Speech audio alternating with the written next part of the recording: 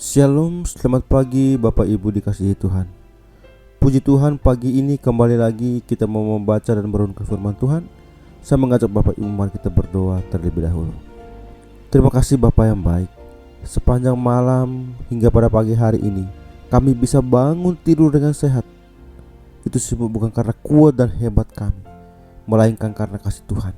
Dan pagi hari ini juga kami bisa merasakan nafas kehidupan, bisa menghirup udara segar, bukan karena kuat dan hebat kami, melainkan berkat karena kasih Tuhan. Terima kasih ya Tuhan. Dan saatnya kami akan membaca dan merenungkan firman-Mu. Tolong Bapa buka hati dan pikiran kami, sehingga firman kami baca kami dapat mengaplikasikannya dalam kehidupan kami hari lepas hari. Di dalam nama-Mu Bapa kami sambut firman-Mu penuh dengan ucapan syukur. Haleluya. Amin. Tema yang saya berikan untuk kita renungkan bersama pada hari ini yaitu Tuhan mendengar seruan orang percaya. Injil Matius pasal 20 ayat yang ke-29 sampai 31. Dan ketika Yesus dan murid-muridnya keluar dari Yeriko, orang banyak berbondong-bondong mengikuti dia. Ada 2 orang buta yang duduk di pinggir jalan mendengar bahwa Yesus lewat. Lalu mereka berseru, "Tuhan, Anak Daud, kasihanilah kami." Tetapi orang banyak itu menegur mereka supaya mereka diam. Namun mereka makin keras berseru. Katanya, "Tuhan, Anak Daud, kasihanilah kami." Bapak, Ibu, saudara yang dikasihi Tuhan, hari ini tema yang kita renungkan adalah Tuhan mendengar seruan orang percaya. Seruan kepada Tuhan menunjukkan satu permohonan yang sangat mengharapkan pertolongan Tuhan. Dan Allah kita adalah Allah yang selalu gemar mendengar seruan umatnya. Bahkan Tuhan dekat pada setiap orang yang berseru kepadanya. Pada setiap orang yang berseru kepadanya dalam kesetiaan. Terhadap orang yang berseru kepada Tuhan, Tuhan berjanji untuk menjawab doa-doanya dan bahkan memberikan kelegaan seperti yang tertulis dalam Mazmur 118 ayat 5. Dalam kesesakan aku telah berseru kepada Tuhan. Tuhan telah menjawab aku dengan memberi kelegaan. Dalam perikop Matius 20 ayat 29 sampai dengan 34, kita melihat ada 2 orang buta yang berseru kepada Yesus untuk memohon mujizat penyembuhan agar mereka dapat melihat. Peristiwa ini sangat jelas menunjukkan bahwa mujizat penyembuhan itu terjadi karena adanya belas kasihan Tuhan Yesus kepada kedua orang buta tersebut.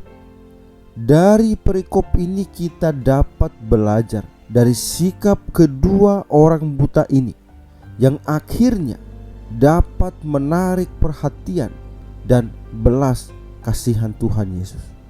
Apa yang dilakukan kedua orang buta itu sehingga Yesus mencelikkan mata mereka? Setidaknya ada 2 hal yang dilakukan oleh orang buta itu, yaitu pertama, kedua orang buta itu berseru kepada Tuhan Yesus. Ketika kedua orang buta itu mengetahui bahwa Yesus lewat di jalan itu, maka yang mereka lakukan adalah mereka berseru, "Tuhan, Anak Daud, kasihanilah kami."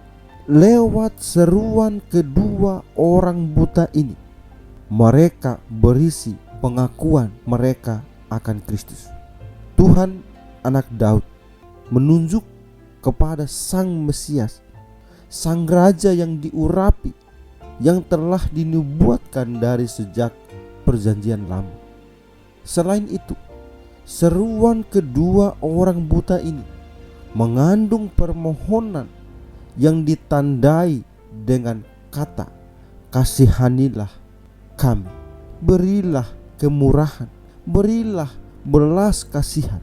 Kedua orang buta ini menyadari bahwa mereka membutuhkan belas kasihan Tuhan dalam persoalan yang mereka sedang hadapi.